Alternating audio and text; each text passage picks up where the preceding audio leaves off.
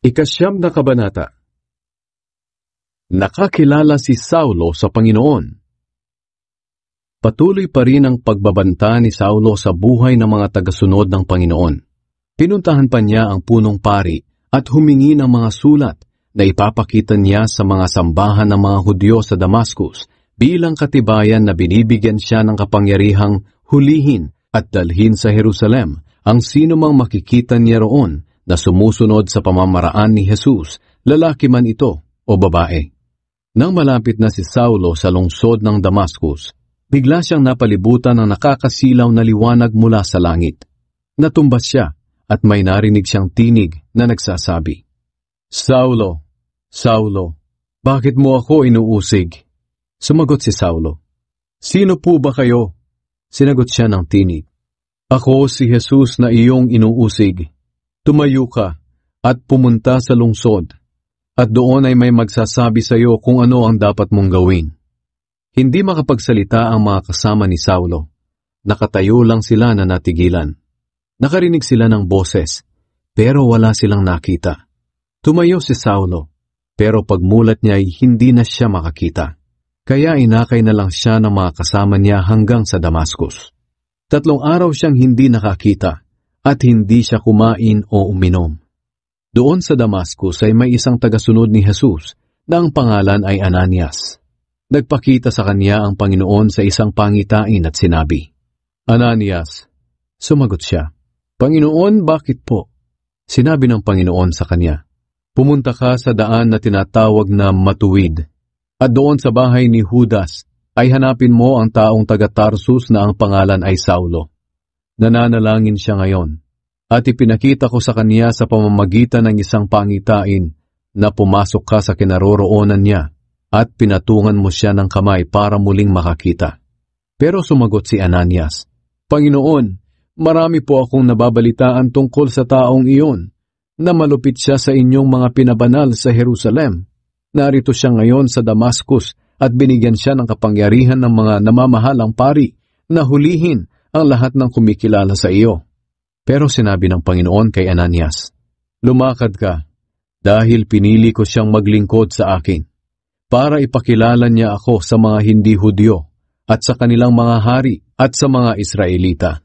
At ipapakita ko rin sa kanya ang mga paghihirap na dapat niyang danasin para sa akin." Kaya pinuntahan ni Ananias si Saulo sa bahay na tinutuluyan nito. At pagpasok niya roon, ay ipinatong niya ang kanyang kamay kay Saulo.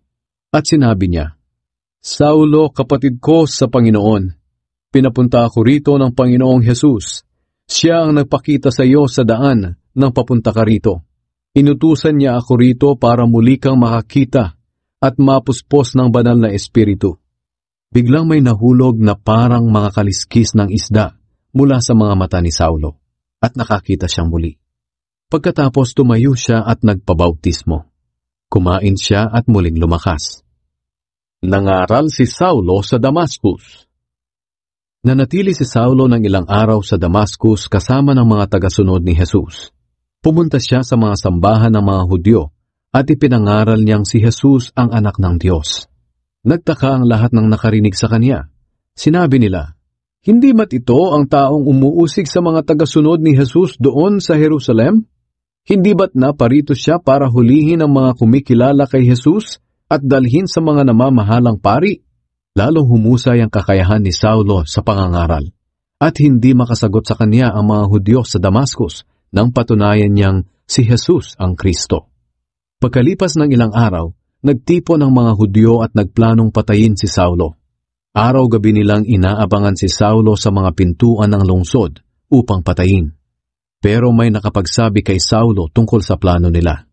Kaya isang gabi, isinakay siya ng mga tagasunod niya sa malaking kaing at ibinaba sa labas ng pader ng lungsod.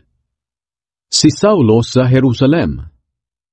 Pagdating ni Saulo sa Jerusalem, gusto niya sanang makisalamuha sa mga tagasunod ni Jesus, pero takot sila sa kanya. Hindi sila naniniwala na siya'y tagasunod na rin ni Jesus.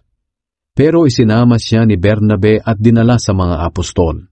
Ikinuwento ni Bernabe sa kanila kung paano nakita ni Saulo ang Panginoong Jesus sa daan at kung ano ang sinabi nito sa kanya.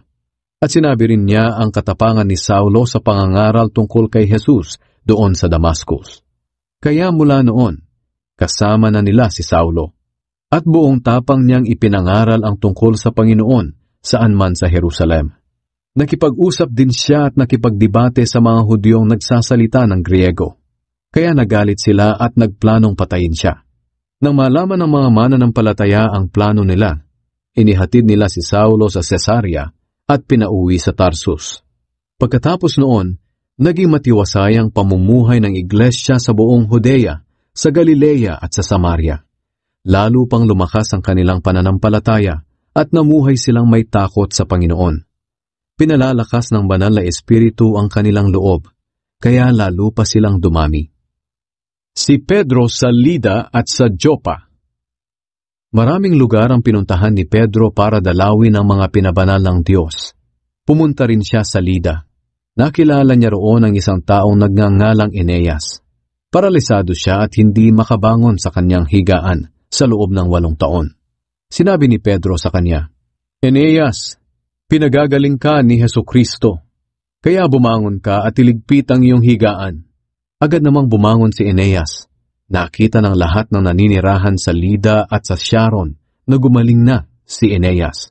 At sumampalataya rin sila sa Panginoon. Sa lungsod ng Joppa, may isang babaeng mananampalataya na ang pangalan ay Tabita. Sa Griego ang kanyang pangalan ay Dorcas. Marami siyang nagawang mabuti lalong-lalo na sa mga dukha. Nagkataon noon na nagkasakit ang babaeng ito at namatay. Nilinis nila ang kanyang bangkay at ibinurol sa isang kwarto sa itaas. Ang Joppa ay malapit lang sa Lida. Kaya nang mabalitaan ng mga tagasunod ni Jesus na si Pedro ay naroon sa Lida, inutusan nila ang 2 tao na pakiusapan si Pedro na pumunta agad sa Joppa. Pagdating ng 2 roon kay Pedro, agad namang sumama si Pedro sa kanila. Pagdating nila sa Joppa, dinala siya sa kwarto na pinagbuburulan ng patay. May mga byuda roon na umiiyak. Ipinakita nila kay Pedro ang mga damit na tinahi ni Dorcas noong nabubuhay pa siya. Pinalabas silang lahat ni Pedro sa kwarto. Lumuhod siya at nanalangin. Pagkatapos humarap siya sa bangkay at sinabi, "Tabita, bumangon ka." Dumilat si Tabita at pagkakita niya kay Pedro, naupo siya. Hinawakan siya ni Pedro sa kamay at tinulungang tumayo. Pagkatapos, tinawag ni Pedro ang mga byuda at ang iba pang mga mananampalataya roon, at ipinakita sa kanila si Tabita na buhay na. Ang pangyayaring ito ay napabalita sa buong Joppa, at marami ang sumampalataya sa Panginoong Jesus. Nanatili pa si Pedro ng mga ilang araw sa Joppa sa bahay ni Simon na mangungulti ng balat.